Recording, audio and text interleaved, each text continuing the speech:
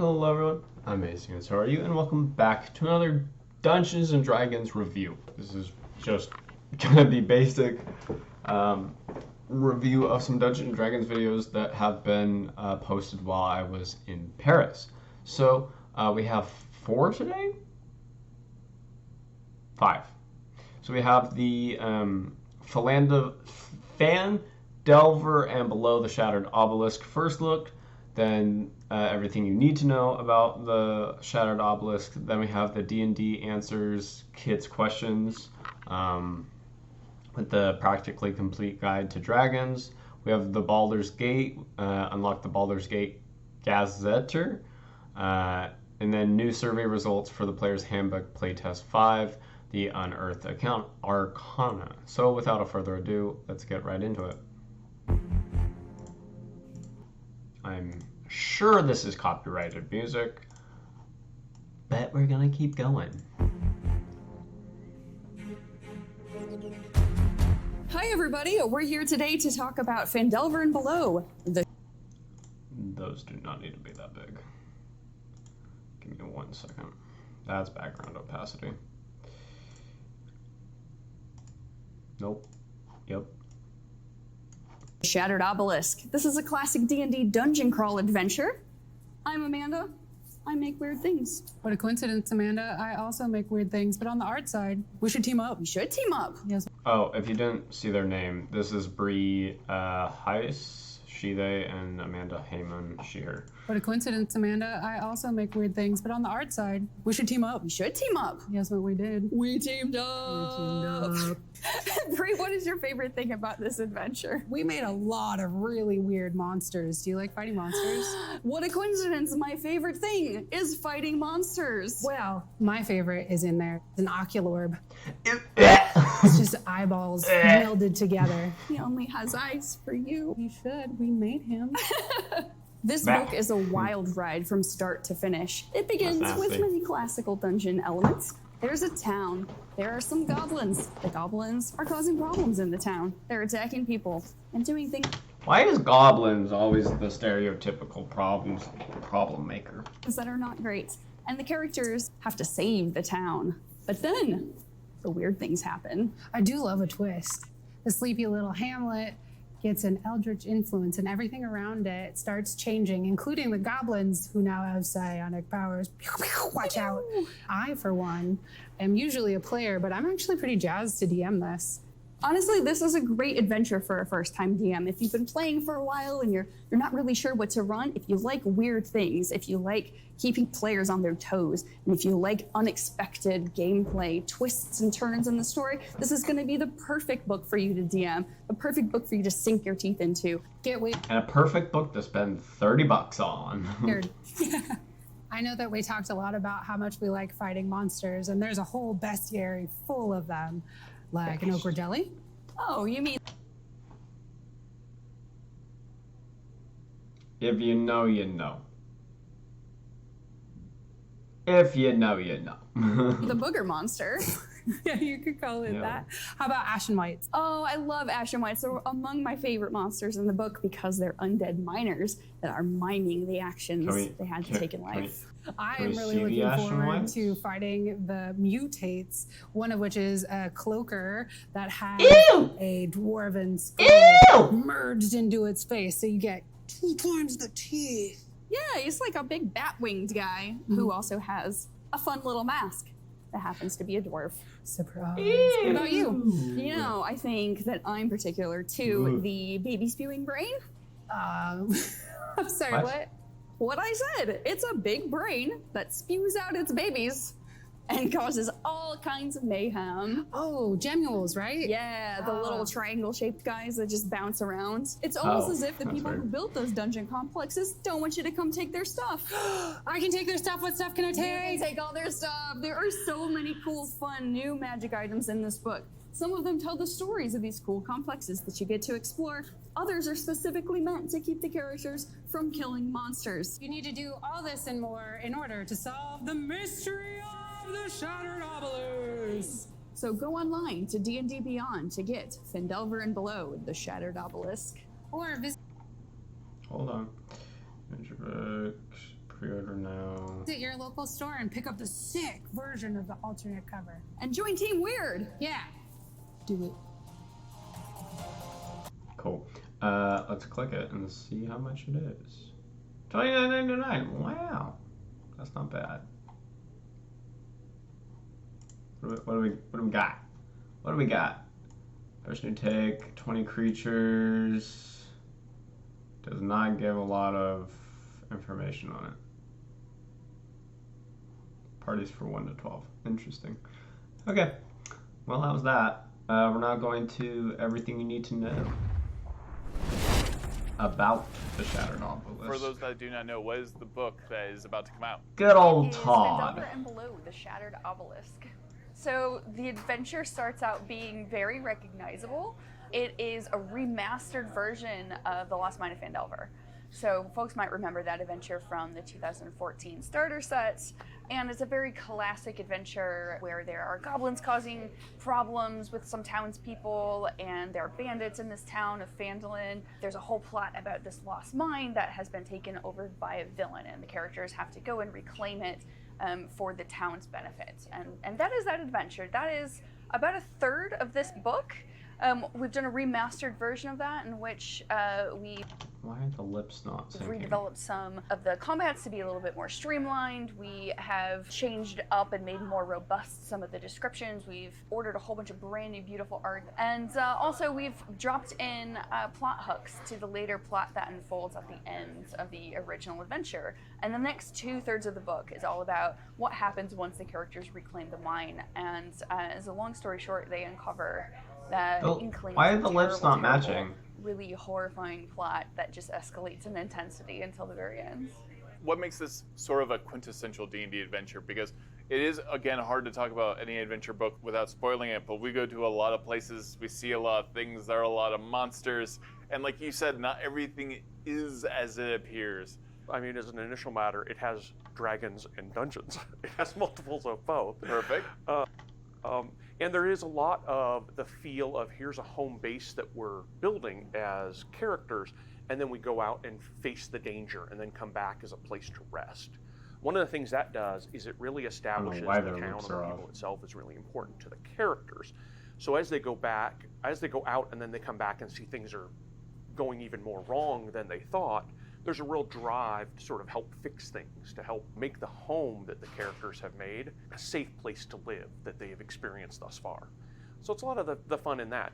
As you might expect, some of the initial treks out are close to the town, and they are, the sort of things appropriate for low-level characters to handle. But as they get higher level, they're going further, in some cases, impossibly further from the town in order to try to help it out, to track down, rescue people, find information, that kind of thing. So again, we're not spoiling the adventure. Right. There is something going on, though. There is something going on, and it's been going on in the background the entire time, as the player characters will realize at some point that while they were exploring the wilderness around Phandalin and talking to the NPCs and making friends, which is a perfectly valid thing to do, there is a plot that's unfolding that might make all of those things go away.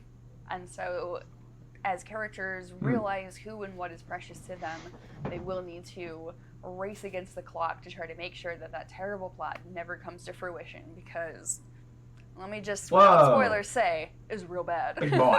What is kind of the mythology of the Shattered Obelisks, or these obelisks that we've been finding in other adventures in D&D? Yeah, so the obelisks have been these big mysteries throughout the history of D&D, particularly 5th edition D&D. And we haven't really explained too much about what they are, except that they are ancient and that they're from the Netherese Empire. And here we have a very specific obelisk that has been mentioned before, but is still in that same category. And players and DMs who read this book will find out exactly what types of power the obelisks have, but what power this specific obelisk has, and what happens when really nefarious elements decide that they're going to co-opt that power and turn it into an absolutely horrifying element that then threatens the entire town of Phandalin's existence, really the town of Phandalin's soul. It gets pretty intense. So it's my understanding that there is also a time element, like time is of the essence in this. So time is of the essence once the characters figure out really that those psionic goblins that have caused mayhem in Phandalin were after something specific. And once they realize that those specific things were pieces of the Shattered Obelisk, they figure out a way to identify where the other pieces are, that other minions of some mysterious evil group or overlord or whatever the threat is, which isn't revealed until later, when their minions are after those already, the characters have got to beat them to those pieces of the Shattered Obelisk. And it becomes a race against the clock from that moment on, as they race to get the pieces before the evil overlords can get their minions involved, but also before the evil overlords are able to continue to progress their ritual further and further and further. And then figuring out exactly how and why that is happening, and the fact that just because the characters may be successful in some or even all of their tasks doesn't mean that that is stopping. What is some of your favorite aspects of this adventure? I liked it more and more as we get to the weirder and weirder sections. So, again, I don't want to go into a lot of the spoilers as we talked about, but as you are traveling through, vast, gross voids of slime and things like that, they're the sort of places that are far beyond what you might expect from a simple town in trouble. I enjoy the unexpected places, I think, that this adventure goes.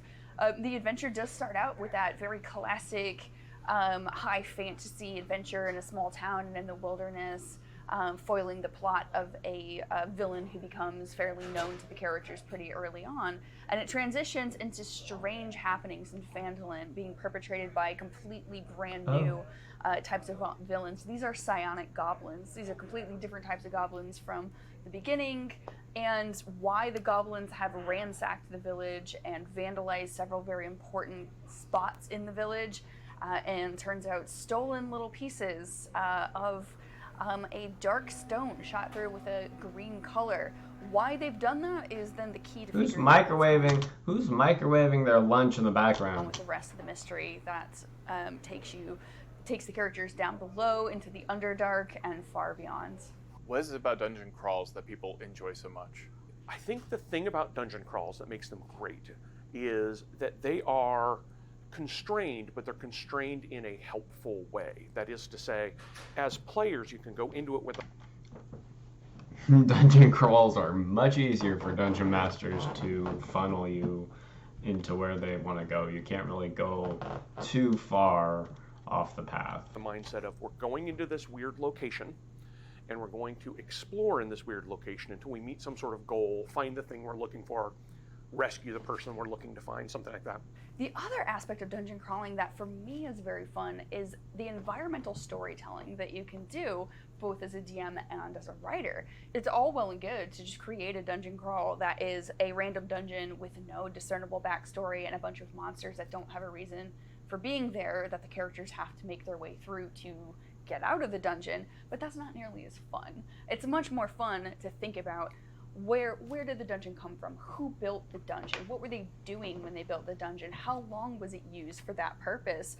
And what stories unfolded there? And what types of emotional resonance is still there? What are the big events that affected everything in the dungeon all the way back from when it was started? And the way to really accomplish that through running adventures is to put old magic items, put old treasures, put things that the characters can find that tell the story about the dwarven miners that were underground, and the things that they uncovered while they were underground, showing sometimes old bones with a journal that describes the terrible thing that happened before the last entry just cuts off.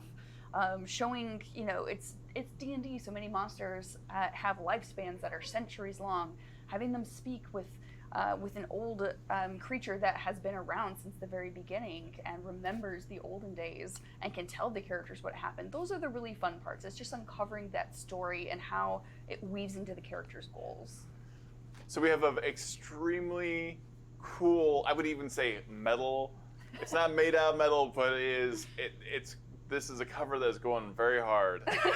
Metaphorically, it is metal. Yeah, can you show it off a little bit? Absolutely, yes. So this cover is the alt cover. That is absolutely gorgeous. It's probably my favorite alt cover that we've ever done. There you go. This was concepted entirely by the artist and with a lot of encouragement by Bree Heiss, who's the art director of this just wonderfully beautiful, creepy looking book, but also myself. And we had very specific elements to include, as you will see that there are little Easter eggs of types of creatures in this book. On the back, you can see the ampersands with even more special types of creatures. And the obelisk there in the middle. There are a lot of deliberate choices in this cover. This green color is a green color that is a through line throughout all of the art and the visuals in this book. It is an indicator of strange happenings. And I won't be specific about what kind of strange happenings because that's a bit of a spoiler. But we are calling it Reanimator Green. For those of you who know, you know. And it goes throughout the whole book, and it is a visual indicator that strange things are afoot when you see that in the art and in some of the illustrations. Cool. So there's that, there's the color, and then there's also just the design of the book cover here, which we pulled from a lot of classic horror novels, pulp horror posters, a number of different examples that we used this sort of very line work focused, very dramatic looking mood that this is evoking. And, you know, like I said, this is probably my favorite. I mean, to that point, like there's a bunch of amazing art, which we can't show you because spoilers, but like the art is absolutely stunning and the interior design. Yeah, we had DZO who did this cover. There you go. Like I said, just a wonderful job. There's the artist. Knocked it out of the park.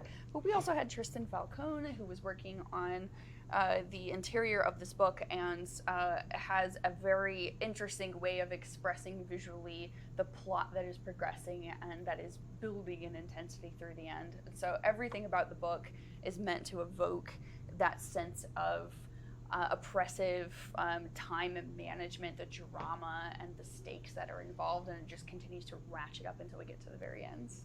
Cool. Okay, that's a little loud.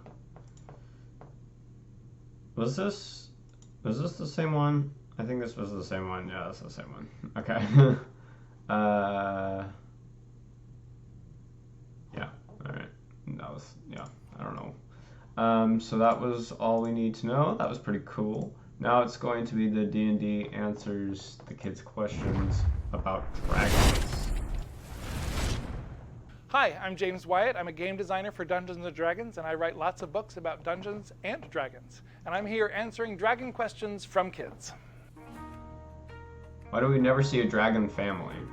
So sometimes we do. Some dragons are more family-oriented than others. Often it's the case that young dragons want to get out from their parents' lair and establish their own lair and their own horde as quickly as they can. What other D&D creatures are dragons friendly with? The answer to that depends a lot on the kind of dragon. Evil dragons usually aren't very friendly with anybody, but they might have like kobolds that serve them or help them out. Sometimes dragons will make alliances with other intelligent creatures, but good dragons are often very friendly with both the people and the animals who live around them. Which creatures are a dragon's greatest enemy? The greatest enemies for all dragons are usually each other. The chromatic dragons and the metallic dragons don't really get along, so they are the most dangerous enemies for each other. Could a person keep a dragon as a pet? Okay, so the thing to remember about dragons is that they're not animals. They're as smart as people are, sometimes more smart than people are. So you can't really domesticate one or have one as a pet, but you can have a dragon as a friend. Dragons that are most likely to make good friends are the metallic dragons, especially like brass and copper dragons are very friendly. And they like jokes. Do dragons of the same color live together? Dragons of the same color tend to live together. A brass dragon, for example, is more likely to hang out with other brass dragons than with dragons of a different color. Partly that's because brass dragons live in the same parts of the world. They both like dry desert climates. Partly it's because they have similar personalities. But they don't tend to live together, actually, unless they're making a family together, because they like to have their own lairs and their own territory. Can Tiamat be my best friend? You could always try. Tiamat is super cool, but it would be a good idea to make sure that she's really being your friend and not just sort of using you for her own selfish purposes. How far can a dragon fly? Most dragons fly about 8 miles an hour, which means it can fly about 70 miles in a day before it starts getting tired. But dragons don't get tired very easily, so if a dragon were to fly straight through for 24 hours, which it probably could do, it could fly almost 200 miles a day. Dragons must need to eat tens of thousands of calories a day. Don't people notice all the missing animals? So if dragons were just animals like lions or elephants, you would be absolutely right. They need to eat a ton of calories every day. But dragons are magical creatures, and their bodies don't work the way that animals' bodies do. So gold dragons, for example, they like to eat gemstones, which probably don't have very many calories at all. And brass dragons can live on just drops of dew. That said, there are dragons that do like to eat meat or enjoy eating meat. When they start eating sheep or cows from a herd, the people do notice, and that's when they call in the adventurers to help. Do dragonborn have tails? Some do, and some don't. We've shown art of both. Huh. Are dragons supposed to eat people? Well, they're not supposed to. It's a bad thing when they do that. But sometimes they do, because some dragons are bad and they don't respect the rules. Are all dragons spiky? Most dragons do have some kind of horns and a row of spines down their backs, but some dragons are spikier than others. Some are almost smooth. How do they breathe fire without burning their tongues? Dragons that breathe fire, like brass and red and gold dragons, breathe fire and are immune to fire. Fire can't hurt them at all. Similarly, dragons that breathe cold can't be hurt by cold. So white dragons and silver dragons can sleep on a glacier and not get cold. And a brass dragon or a gold dragon or a red dragon can go into a volcano and not get burned at all. I think they like to eat lots of spicy food that doesn't burn their tongues. And they like their food really hot out of the oven. What do dragons feel like to the touch? Some of them are hard and spiky. Some are smoother or even soft. Fire-breathing dragons are hot or at least warm to the touch, and cold-breathing dragons are really cold. So they feel different than a snake or a lizard because they've really got their own temperature. Do blue dragons and red dragons have purple babies? Because dragons are such magical creatures and not like animals, there's a lot we really don't know or understand about dragon eggs and where they come from. It's possible that blue and red dragons could make purple babies, or a mixed litter of red and blue dragons. But it's also possible that dragon eggs form naturally in the earth or grow on magical trees or are gifted from Bahamut or Tiamat to the dragons, in which case you just have red or blue dragon eggs. Huh. Do dragons use their breath weapons from both ends? All right, let's talk about dragon farts. I'm so excited to talk about dragon farts. Do dragons fart? Yes, they do. Of course they do. Everybody farts. Do dragon farts smell bad? Some do, some don't. I'm told that gold dragon farts smell like flowers, and red dragon farts smell like rotten eggs. And do dragon farts have the same elemental energy as their breath weapons? Sometimes. Red dragons might fart little puffs of fire, or maybe just smoke. Green dragons' farts, like their breath weapons, are silent and deadly. Why are there no purple dragons, or The short are there? answer to this question is that there's 5 colors of chromatic dragon because Tiamat has 5 heads. So she's got a red head, a blue head, a black head, a white head, and a green head, and those are the 5 kinds of chromatic dragons. Those are the only true chromatic dragons. Now, that said, there are 2 kinds of dragons that are purple. There's amethyst dragons, which are a kind of gem dragon, and there's deep dragons, which live deep underground and are sort of purplish gray. Also, it's possible for red dragons or blue dragons to look pretty purple, depending on the shade of their scales.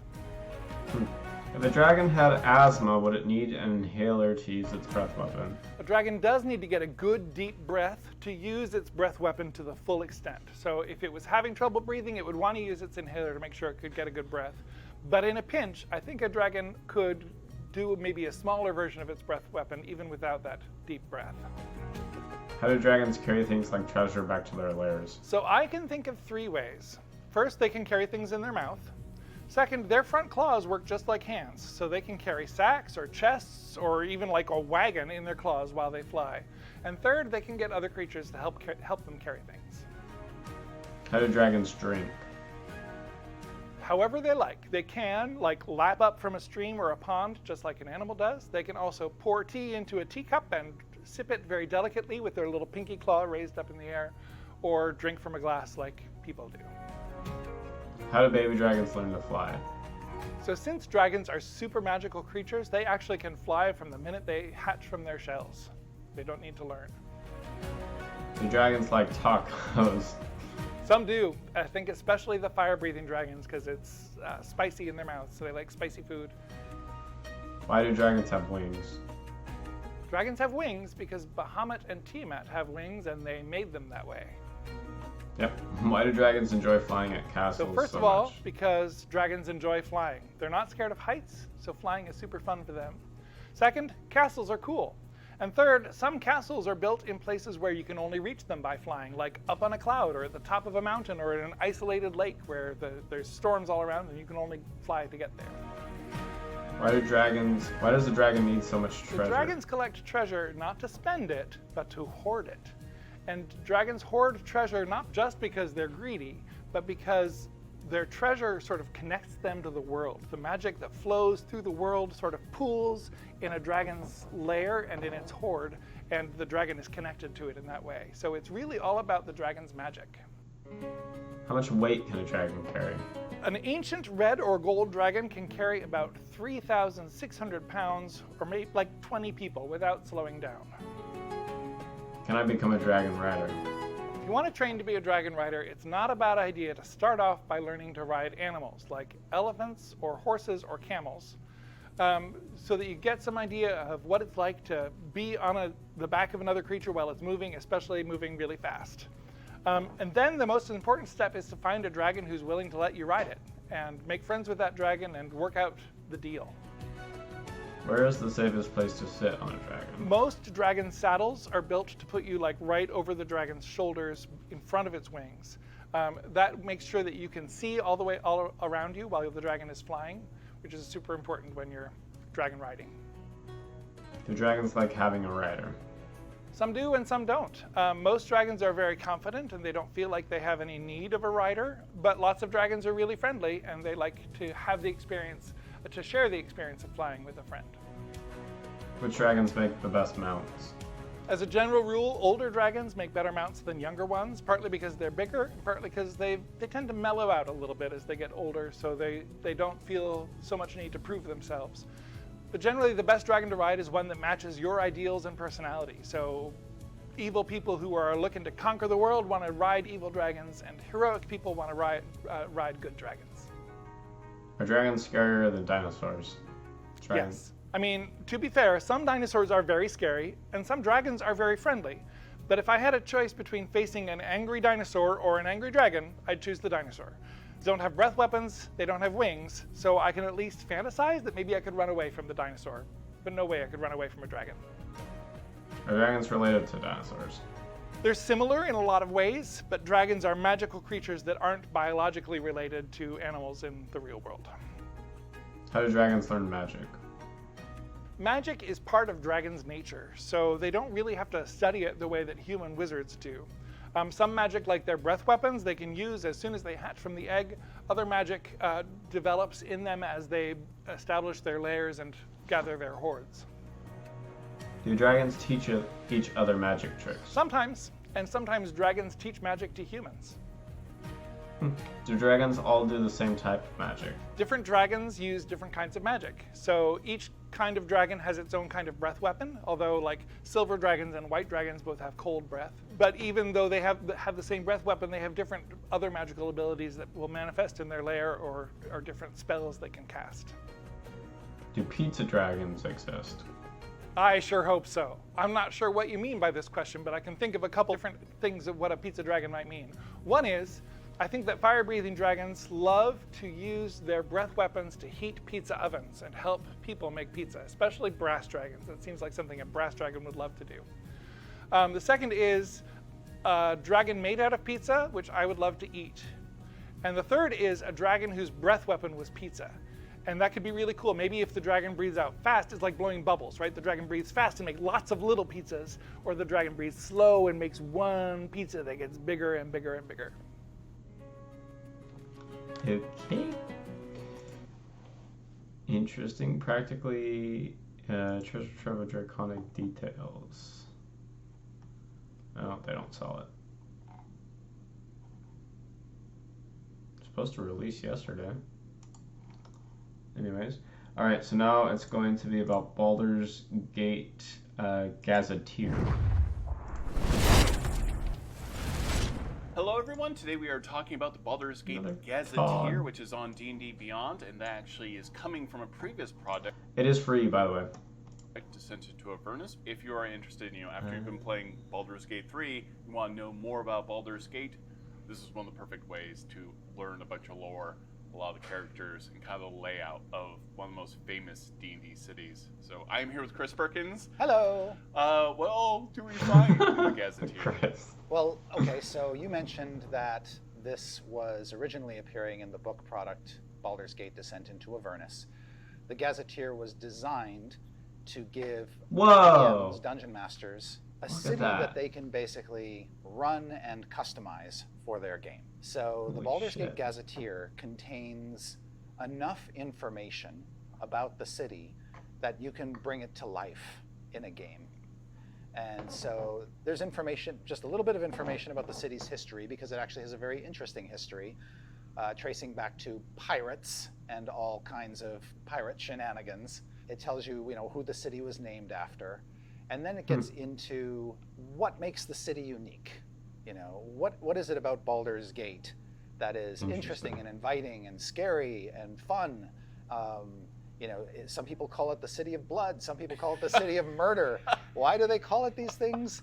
The Gazetteer helps explain why. At the same time, there's a lot going for Baldur's Gate. And so this Gazetteer is really trying to capture the best and worst elements of the city to paint a picture of a place that's really interesting to visit. It is kind of remarkable, and I've gotten a chance to kind of see a bit of Baldur's Gate, the city, as it is kind of actualized in Baldur's Gate 3, the video game, and it's pretty remarkable to see that all come to life and have all those NPCs. What is it that you just love about Baldur's Gate in D&D in general? And are there interesting tidbits about how this city works? Yeah, I think God, Baldur's look Gate has at a that. lot of novelty, and that's what I really appreciate. First of all, it's a coastal city, so it has sort of a coastal city quality to it. There's a metropolitan nature to it, so you never know what you're going to encounter in the city. But a thing I really love about it is it's sort of inherently dangerous. So the city is stratified in a way. There's the upper city where the rich patriarchs dwell, and it's sort of very clean, well-patrolled, upkept, tall walls to keep out the dregs of the city who sort of congregate in the lower part of the city by the river, which is crowded and busy and prosperous, but a little dangerous and, shall we say, a little uncontrolled. And the divide between the city is stark. And so you can really sort of tell two kinds of stories. The sort of the intrigue of the merchant princes and the nobles, and then the perils of life in the back alleys down by the river. But even more fun is that the city is basically overseen by 4 dukes who have basically ceded military control to a mercenary band. So What? mercenaries are basically patrolling the city, and this group of mercenaries is called the Flaming Fist. Right. They're not all nice people. Yeah. And so the people who are charged with defending the city against attacks from outside are also, to some extent, a threat to the people inside, because they're kind of self-serving and they're out for basically money and profit. What can people expect in Baldur's Gate in terms of what is the population? How many different creatures and backgrounds are you going to find? Yeah. Do wizards and sorcerers have much of a presence? That kind of thing. Yeah, Baldur's Gate is one of the bigger cities that we've sort of fleshed out. And so it has a very large, diverse population. So any person who you might meet in a D&D world setting or campaign is likely to be here. Wizards, barbarians, rogues, Okay. they all come here Cool. to trade, to do business, get tied up in adventures. There's all kinds of thieves guild activity going on in the city. There's like a whole undercity where dubious dealings are transpiring at all hours of the day. There's were-rats, there's doppelgangers, there's monsters in the streets sometimes. So it can be a rough and tumble place. The Right. Gazetteer has a map of the city, a big top-down map That's that shows so the whole cool. lay of the land, so you get a sense of where everything is. That's Then so there are cool. some other maps in the Gazetteer as well that kind of show isometric cross-sections of some of the more important structures in the city, including the wonderfully designed Worms Crossing, Oh, which look at is that. the main bridge from the city across the river to the South Lands. That's And cool. there's like a whole community that lives on the bridge. So that's kind of a beautiful feature of the city.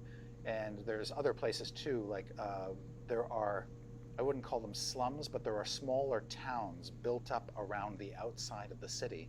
And those are fleshed out as well. And those can be fascinating locations to explore. For instance, there's a sort of a walled encampment called Little Kalimshan, which is where a bunch of folks gather, and you can get sort of a bit of a cultural shift from what you see in the city. And that's kind of creates or reinforces the variety that is present in the wonderfully dangerous city of Baldur's Gate. What's in the Undercity? So there are merchants and there are markets where you can buy just about anything you can imagine. There's also crime and kingpins who have basically carved out domains for themselves. And they're all members of the same organization, the guild, but they enjoy a great deal of autonomy. The only thing they have to watch out for is they do have to pay deference to their supreme leader, who is an enigmatic figure named Nine Fingers Keen. And she is discussed and presented in the Gazetteer as one of the sort of important NPCs of the city. And the Gazetteer outlines these organizations, these NPCs. Yes. You've also got a pretty expensive map as well for Baldur's Gate in there as well. Yeah, highly highly detailed map. It basically identifies all the major features that are then talked Nice. about in the Gazetteer. And the features are not only places of importance, there's a huge temple of Gond, who is the god of invention. There's all sorts of inventions to discover within that temple. But there's also places like the Low Lantern, which is a tavern in a ship in the harbor. And you can go there if you want to risk maybe getting your pockets picked. There are a lot of locations discussed. There are also encounter tables, so that if you want to just spontaneously create encounters in the city, you can roll on a series of tables depending on where in the city you are. So the Gazetteer cool. goes into a lot of other things as well as like the government, like you mentioned, crime, but we also have the Dead Three. The Dead Three are three deities, evil deities, who were killed a while back. But their religion survived. In Baldur's Gate particularly, there are a number of individuals who worship the Dead Three. And so this kind of cult has arisen in the city, made up of worshippers of these three gods, who are doing their utmost to either resurrect the gods through their sheer belief that the gods exist and will, one day come back, or simply executing on the gods' orders. And the three gods are Bane, who is sort of a god of tyranny, Baal, who is a god of murder, and Merkel, who is a god of death and the dead. Merkel. And so they're not a happy combination.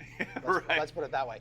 But they can serve as a menace to anybody who comes to the city, could be threatened by Dead Three cultists, essentially. Right. Of particular danger in Baldur's Gate, and this is somewhat unique to Baldur's Gate, is before he died, Baal, the god of murder, sired a number of mortal offspring, in the belief that should he be killed, they would rise up and essentially find a way to bring him back. They're known as Baal spawn, and they have slivers of Baal's power. So they're actually quite powerful individuals. Unfortunately for Baal, maybe fortunately for Baldur's Gate, When you're the sire of a god of murder, your urge to kill other sires of the god of murder is pretty high. Right. So the ball spawn were actually killing each other off, and that sort of thinned their number. But there's always the concern in the city that there's one or two still lingering around who could really be out to do what their divine father set them to do, and their plots could harm folks in the city and be a bane to adventurers. There's also information for players if they want to start out in Baldur's Gate, using backgrounds, how to tie those into the city itself. That's correct. So if you are a player and you're in a campaign where you're gonna basically be starting or going to Baldur's Gate, you have the option of talking to your DM and saying, can I bake my background information more into the city? Can I say my character is from Baldur's Gate? And what the Gazetteer does is it takes backgrounds that are in the player's handbook that marry well to Baldur's Gate, like, for instance, the criminal background or the folk hero background, Right. and walks you through how to make those backgrounds feel more Baldur's Gatean, and gives you new ways to customize those backgrounds so you can be a criminal from Baldur's Gate or a folk hero from Baldur's Gate. There's also one new background they call the Faceless. That's an option that's available that's sort of tailor-made for Baldur's Gate. Perfect. You're just one of the faceless people in the mass crowds of Baldur's Gate. An NPC. That's who you are, and the background. But not literally. You have a face. You have a face, but it's a forgettable one. It's a Perfect. The Colin Robinson from What We Do in the Shadows. Yeah. Do you have any real quick hit advice for anyone who's just played Baldur's Gate 3 and is inspired to start their own D&D campaign or become a player for the first time? Because that game, when I played it, it's remarkably close to 5th edition D&D, down to the subclasses, the action economy, all of it. So people are probably going to look for their next adventure. What's your advice for hopping in? My advice is, take a look at the Gazetteer and see if there's anything that sort of magnetizes you and gets the creative juices flowing. Like if the idea of kingpins in the Undercity seems like a great hook, then there's information there that will sort of help you get started. Cool. But then I would also say, the Gazetteer was really sort of designed as an idea generator for stories, but you can make Baldur's Gate your Baldur's Gate by adding elements as you see fit. Why is Baldur's Gate such a popular D&D city? And this is such a great way for someone who is curious about D&D, who just played Baldur's Gate 3, the video game. It's a good popular city because, one, there's a game based off of it, and two, this thing is free. Game to jump into the city.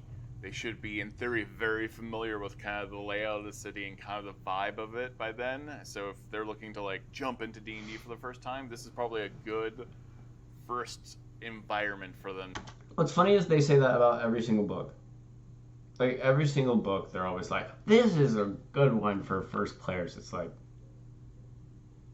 any book would be good for first players. Actually, any book would not be good for first players because they're expensive. To hop into. Yeah, I think that Baldur's Gate lends itself well as a great starting hub because it's so easy to grasp. It's got inherent danger, and there's sort of it's very clear who the good guys and the bad guys are in most cases. Right. Okay. Well, anyways, that was that.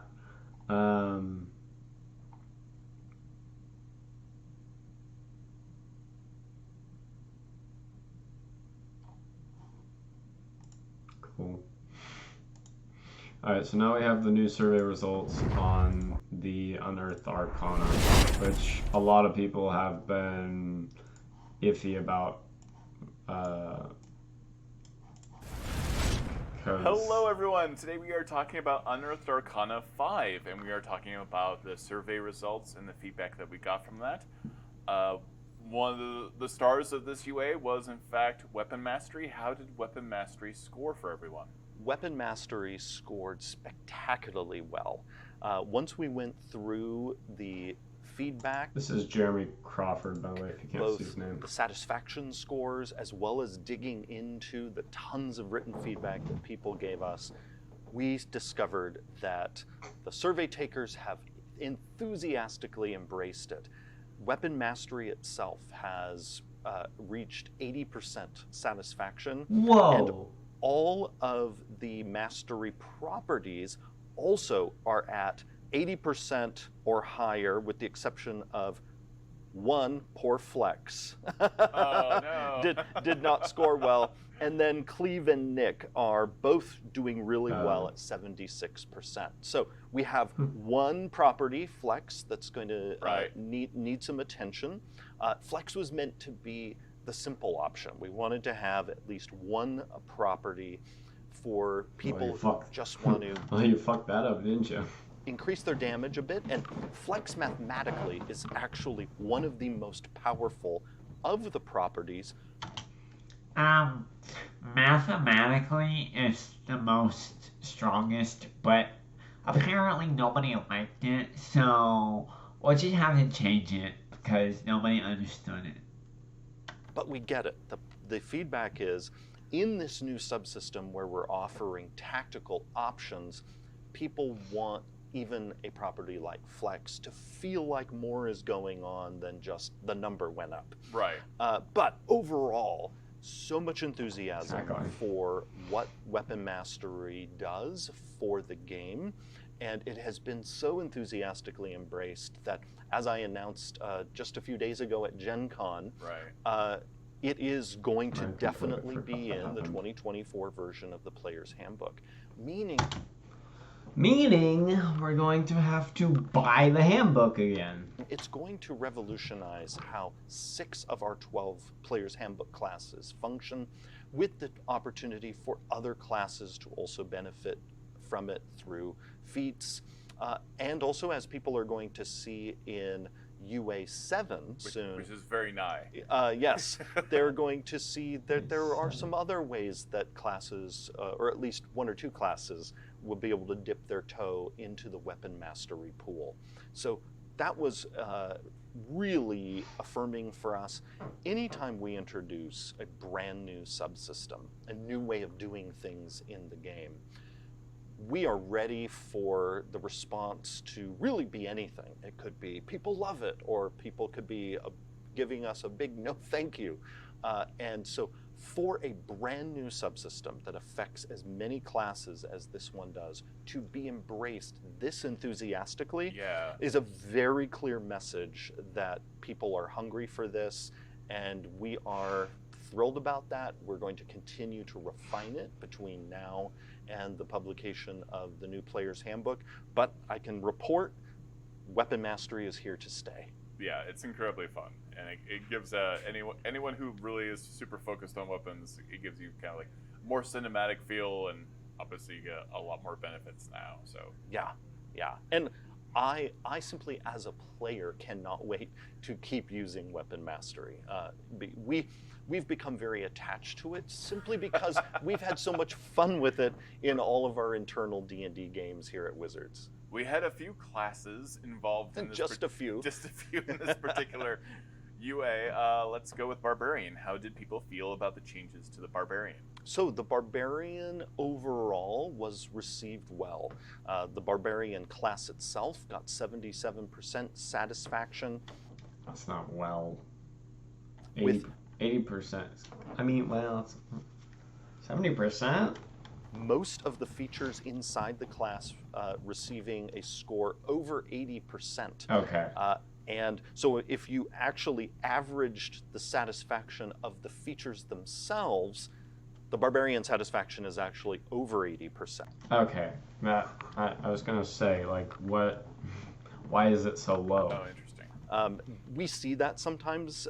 There's an interesting thing that because people give their overall score for a class before they give their satisfaction for each of the individual elements, we'll see sometimes.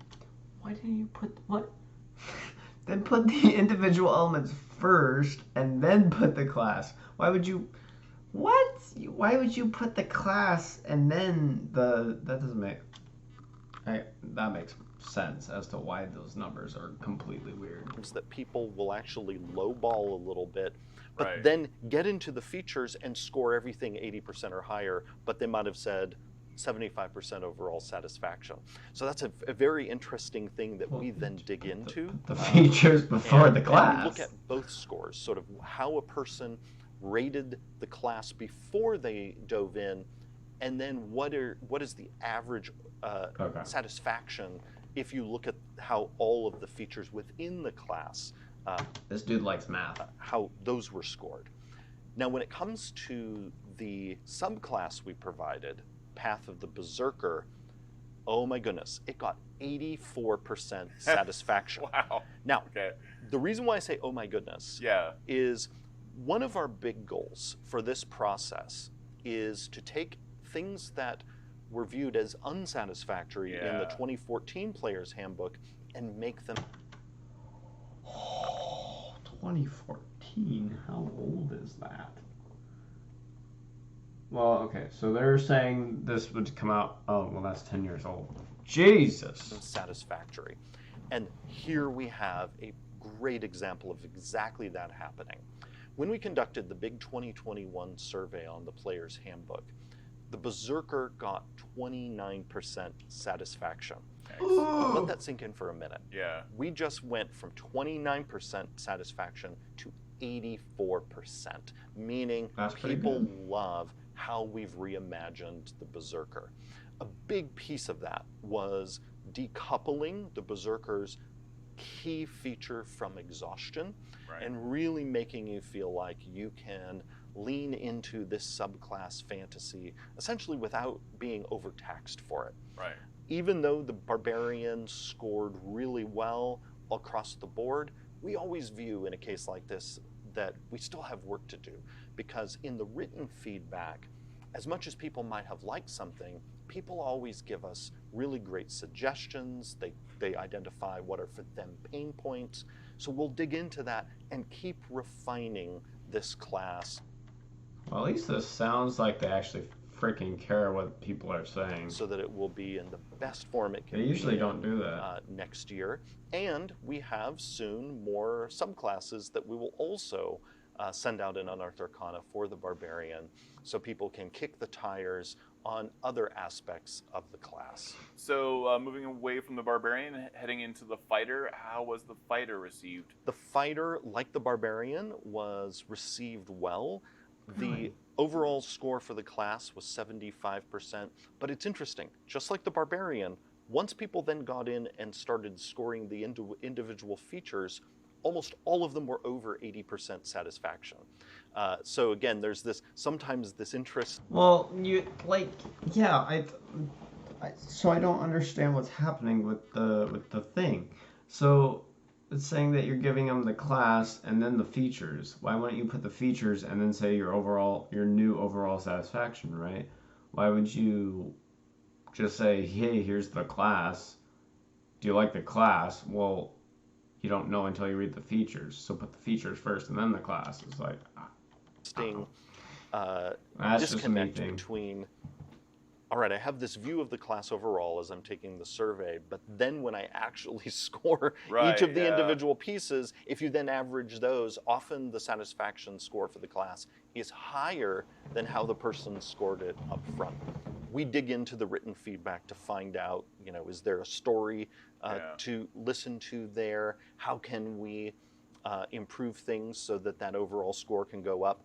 But the great news with the Fighter is Features that before almost everything in the class was 80% or higher, and I believe looking at the overall satisfaction for the individual features, we had, let's see, a desire for Weapon Expert and Weapon Adept to be tuned up a bit. Yeah. We can absolutely do that. So again, good course ahead of us with the Fighter. And just as we saw in the Barbarian, where there was a big improvement in satisfaction when it comes to subclass, we saw that with the Fighter as well. So we introduced in this Unearthed Arcana a revised version of the champion. Right. And we view the champion as the sort of perfect starter subclass, not only for the fighter, but actually one of the best starter subclasses in the game. Yeah, and a great crit fisher too. Yes. So, And so in the 2021 Player's Handbook survey, the champion got 54% satisfaction. And again, as a reminder, everyone, we consider a score below 70% to be unsatisfactory. Like Yeah. we need to get that puppy up. We've watched many a subclass not survive UA because of that score below 70. Yeah. And so the good news is the new champion got 74%. So it saw a 20% increase in satisfaction. Do you have to factor in weapon mastery into this as well? Because that is so integral to these to the martial classes. So I think weapon mastery being so well received and being a core feature of the barbarian and the fighter are almost certainly a part of the positive view of the classes, because weapon mastery, the feature inside the fighter, for example, got 80%. So people were like, big thumbs up to this being here. And weapon mastery being a part of the play experience of the champion, I imagine also enhance the view of it. But again, good news there. We see still opportunity for growth in the champion, and so we are digging into the feedback, discerning if there are some enhancements we can make that will both increase satisfaction even more while also maintaining the champion's identity as the straightforward, easy to just pick up and play subclass. Any other insights specifically into the fighter? Just that people really love the introduction of weapon mastery, particularly love that the fighter is the best at it. And that was one of our key design goals when we created this subsystem, is that while we wanted to enhance multiple classes, it was our goal to make sure that the fighter was the ultimate master of weapon mastery. Yeah, I mean specifically, well, the ability you said at one point you can swap out different abilities, the different effects that these weapons have with other weapons. And also fighters are able to have more weapon mastery properties unlocked at a time than any other class. Let's delve into the sorcerer. So the sorcerer is yet another case where we saw a satisfaction improvement. In 2021, the sorcerer had a satisfaction score of 60%. We now, which again we view as being unsatisfactory, this sorcerer got 72%.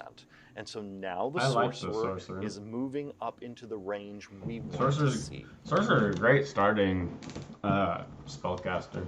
72% tells us, all right, we're on a good course, but that also tells us we can improve things even further.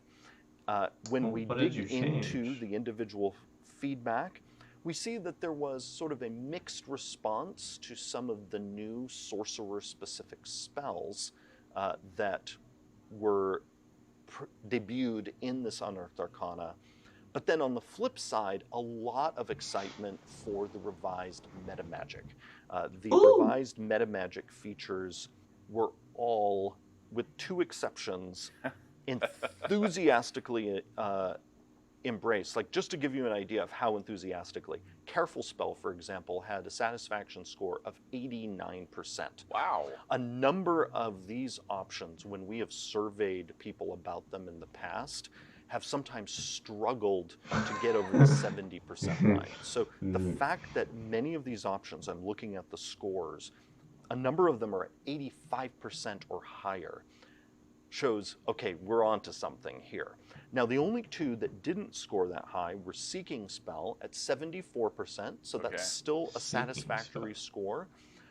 But then, as expected, people had mixed feelings about the new Twin Spell. Yeah, of course, because, well, Twin Spell was very good. Yes, and as you and I discussed in another video, they changed Twin Spell has needed to be redesigned for many years. It simply why? cost too little for how good it was. Really? they made it more expensive. Sorcerers don't get that many spell slots to be. They only get one action to cast a spell. Oh, I mean, I guess that's for every spellcaster, but what do you mean it costs too little? It costs another spell slot. Yeah. The twin spell in this Unearthed Arcana got a 60% score. Yeah, because We it's view shit. 60% as improvable. Right, like right. it's anything below 60. Why would you change the cost of a twin spell? You're literally doubling the spell. Just use another spell slot. Costs too little. We usually mean go back to the drawing. It usually means go back to the drawing board. Keep it how it is. Between 60 and 70 means there's something there that we can improve. So we will absolutely work on that. We will Keep it how it also is.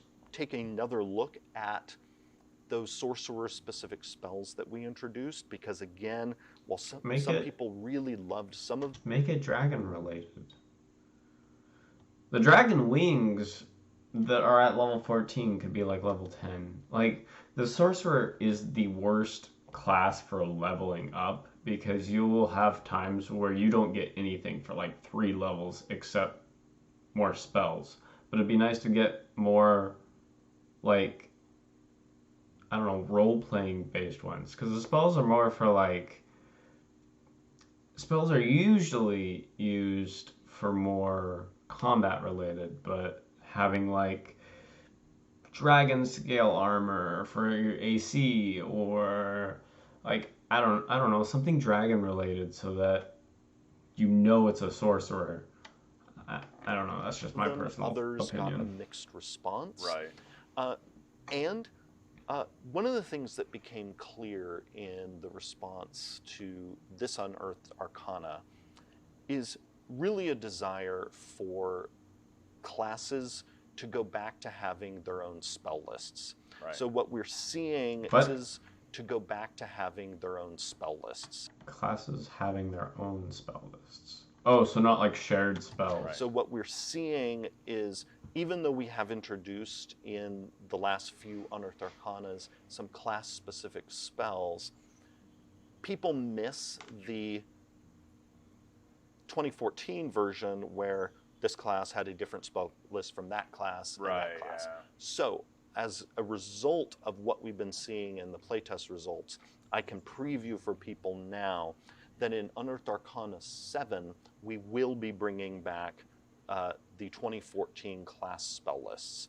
Okay. And that will help address some of the Cool. concerns that people have expressed. I mean, that'd be cool. Because, like, bards, I think bards, paladins, and wizards can do, like, all of the same spells. And it's like, that's so boring. Like, I wish the wizard could do, like, a freaking wand spin or something and throw it at somebody. Like, I don't know. But, yeah, having, like, spell-specific, class-specific spells, that'd be really cool. In the playtest feedback about classes potentially losing some of their distinctiveness by sharing those 3 big lists we've been testing: Arcane, Divine, and Primal. Perfect. And so stay tuned for that, and people will get to see how that affects the classes in the next Unearthed Arcana. Let's delve into the Draconic Sorcerer. How was that received? So Draconic Sorcery got 73% satisfaction. Ooh, And 3% as we above. delved into both the scores as well as the written feedback, it became clear to us why, while that is a satisfactory score, why it wasn't as high as we typically see with this subclass. And really it comes down to the fact that, on one hand, people really love the redesigned Draconic Resilience, Elemental Affinity. Each of those got scores Those are in great.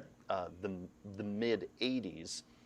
What brought the overall subclass score down was the reliance of Dragon Wings on one of the new sorcerer-specific spells. Oh, the reliance of dragon wings. Right. And the fact that you no longer had your wings out all the time. Yeah. And the main reason why they're not out all the time is because that feature's level Bonus action. was reduced, because in UA5 we were still using the shared subclass progression that we'd been experimenting with. Yes. But as of UA 6, now that we're now in the refinement phase of this process, people know that we have returned to each class having its own subclass progression. So what this means for Draconic Sorcery is that when people next see it, Dragon Wings can go back to being on all the time because that feature is going to go back up to its higher level. Right. So we see the score, it's like, yep, we got it, and Level 14 sucks. the fix is coming, and that fix is just simply, it gets to go back to being what it was before. So let's talk about one of my favorites. It's the Warlock. We had some significant changes and a lot of feedback as well. I'm so confused. I haven't seen this playtest. Obviously, I'm not in the D&D for very long. I've only known D&D for like probably 2 years by now. So I don't really know anything about it, but So how did that? I haven't seen any of score? this. So the Warlock feedback definitely reflected the mixed feelings in the community about the Warlock going in the playtest from pact magic to spell casting. Right. You and I talked about in the video Oh. that Yeah. we knew this was going What? to generate a lot of conversation. Yeah, and warlocks. The whole point of warlocks are to not be spellcasters. They're supposed to be the pact. They're supposed to have some deity or demon or something that they're taking the power from. and bring on some passionate feedback, and it sure did. Yeah. And looking at the feedback, it's clear that even though the new spellcasting approach gave the Warlock more spell slots than ever before, and also we know from our internal math, also made the Warlock have more reliable output throughout an adventuring day. Despite that, what we found is people are really attached to the distinctiveness of pact magic, of it not being like how other classes cast their spells. Right. Yeah. And so because of that, people will see next time the Warlock is in Unearthed Arcana, we will bring pact magic back. It was an interesting experiment, and Yeah. this is exactly why we do this process, so we can find out how people feel about potential new directions. We experimented with a lot in the Warlock. We experimented with choosing your spellcasting ability based on the pact boon that you Right, select. We did tons of Eldritch Invocation revisions.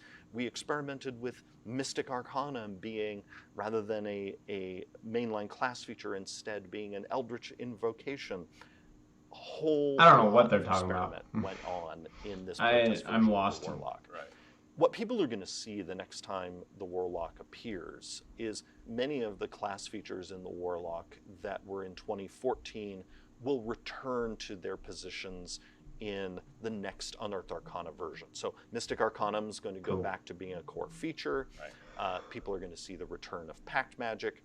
But that said, we are still committed to addressing the concern that we were originally addressing with some of the experiments, and that is allowing warlocks to have access to their spellcasting more often. No. And so people are going to see in the next version of the Warlock the overall shape. The whole point of Warlock is to be limited in the amount of spells that you can cast. Being what they're familiar with from 2014, just with some new ways to access that power. Also, the spellcasting ability selection is not going to survive. Right. The Warlock is going to go okay. back to, just like all other classes, having a single ability that is set in the class Never as their mind. spellcasting ability. They were doing that. Now, when it comes to the Eldritch Invocations, there were a lot of I thumbs up still have on no how idea what they're most talking of about. those invocations were revised. Is this like Some cast? Like less so. ritual magic? People definitely express their opinions about the hex spell and anything related to it. Oh, I see. Definitely want to see that spell feel like it has more oomph. Yeah. We hear the feedback, and we will make sure it has the oomph that it should. We view this as it was a good test because for us, the main purpose of all of this is we want to know what people think. Yeah. And people let us know.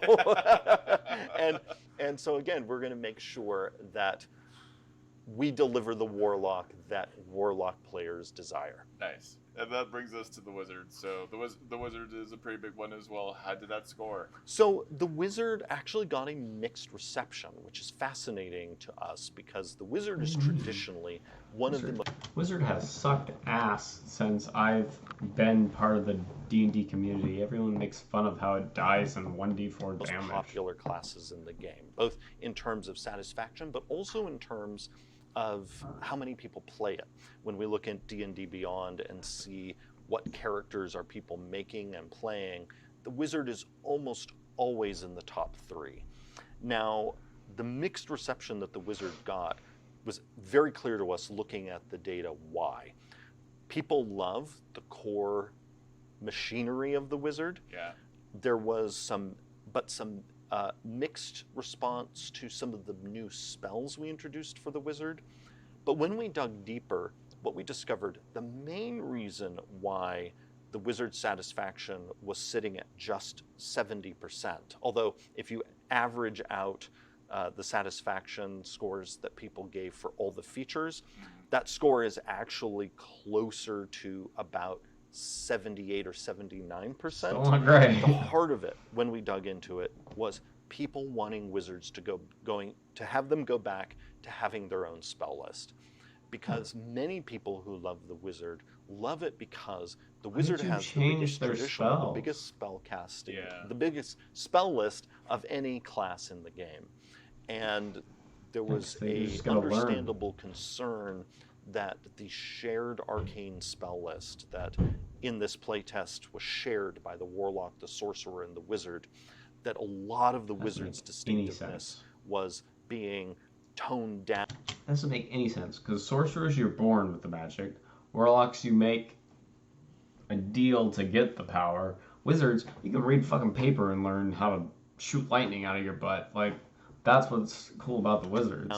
Which was not an intention of ours, but absolutely we understand this feedback and is one of the main reasons why people are going to see the return of class-specific lists, because we get it.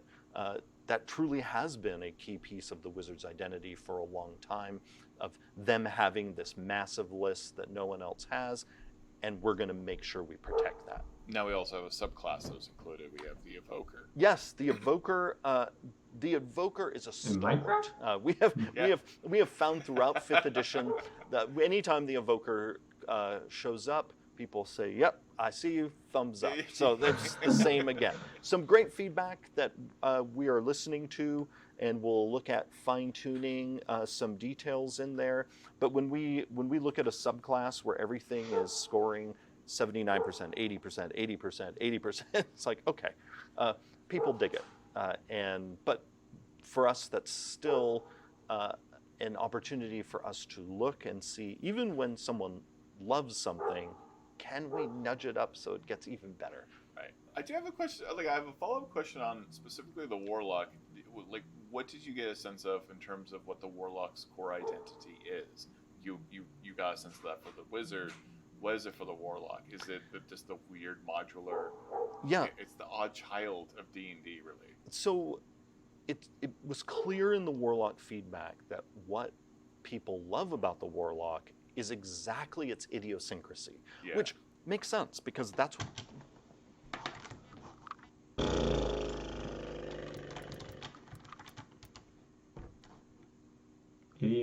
idiosyncrasy. A mode of behavior or way of thought peculiar to an individual. An abnormal, well, that's medicine.